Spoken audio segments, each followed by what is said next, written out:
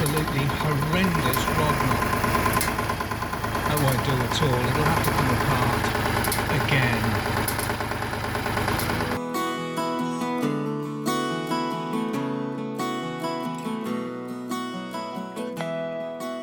Right, just to show how much wiggle there is, if I can, in this end cap. Sorry, in this bearing.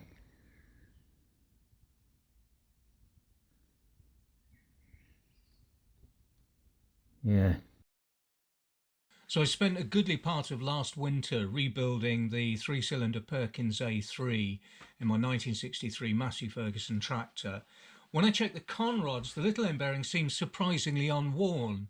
Now they're 60 years old, really they should have been replaced anyway, but where bearings on later machinery will fit off the shelf, on older kit like this they have to be machined to fit manually, and I wasn't confident I'd be able to do this on my little SX2P hobby mill, so I made the decision to reuse them. That was clearly the wrong decision, so I think you'll agree. So now I have the joyful task of tearing the whole thing apart again and doing the job properly. So here's the little end bushing, still in the CONROD. You can see this is the new gudgeon pin. I don't think there's much play there, but there is play. Honestly, I don't think there's a lot of play there, but when I assembled it, I was getting horrendous rod knock, so I'm assuming that even the tiny amount of play there is there,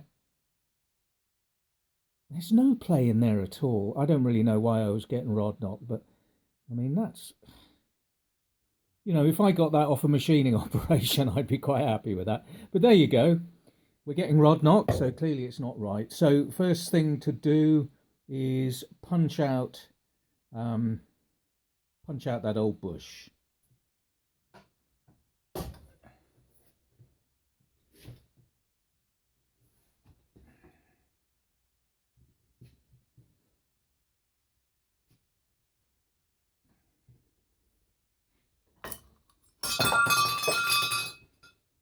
Okay, so this has just been in the freezer. Now, if you can see, there's an oil hole in the top that needs to correspond with that there, so they need to be lined up. And away we go.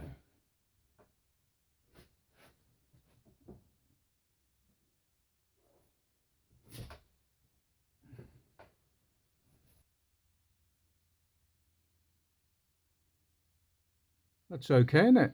That's all right. Looks fairly flush to me. And I don't know if you can see down through there. For a wonder, you see my finger going in. For a wonder, the holes are lined up, more or less. Enough for the oil to get through, which is all we need. Well, hopefully that's all lined up. You can see my scribe marks going all the way around, which is my final test for whether it's going to fit or not. Let's see if we can get away with this without the without things conflicting with the camera itself.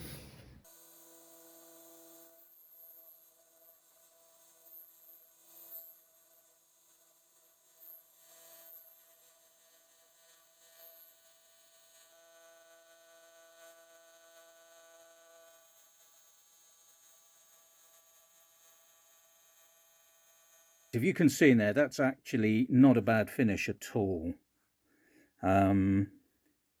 Where there are slight marks, you can see because of the interrupted cut caused by the oil ways there, it leaves a bit of a shadow, but I mean, that's not bad at all. So that's pretty good as a first cut.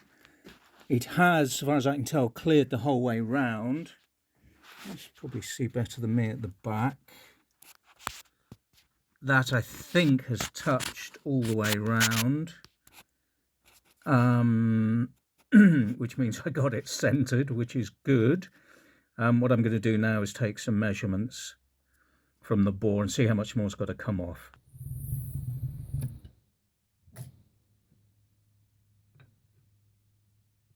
And there we go. And that's too much. I took too much off. And already we lost it. No good. This is about the third time that's happened. Having made a few mistakes so far, given that this is now the fourth time I try to get this right, what I'm going to do is sneak up on it. The tool, the boring head, is marked off for some reason in 50ths of a millimetre. I have no idea why they would choose that. So each increment is basically 0.2 of a millimetre. Our aim is 31.85 millimetres. Where we are at the moment is 31.75 millimetres. So technically I could, so that means we've got 0.1 millimetre to go, otherwise known as 5 clicks, as it were, 5/50ths. I think that's right. But when I've done this in the past and cranked up by 2 clicks, I've ended up over. So I'm just going to sneak up on it and come up a click at a time. So the first cut, the tool setting was 3 2/50ths. So now I'm bringing it to 3 3/50ths, and we will see how we do with that.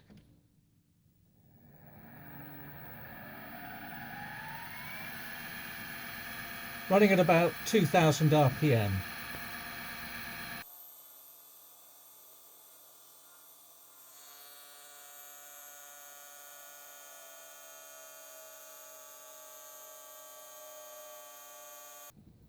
Right, finally got there.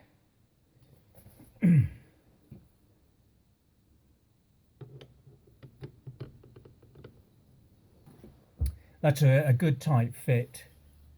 There's probably not room for oil in there, but it's tight enough that I can lap it in, you know, and get an absolute spot on fit. Reasonably happy with that. That's sort of uncleaned out. There's still some sort in there, but look, that's a beautiful fit there. I'm kind of happy to put that in my engine.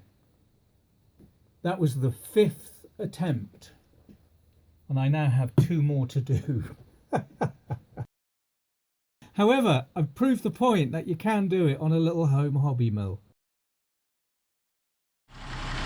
Okay, well this is actually 3 months later. We've had a season of haymaking, and as you can hear, she sounds a lot better than she did before. I think we can safely say all that hard work paid off and we've nailed it. Thank you so much for watching, and I hope to see you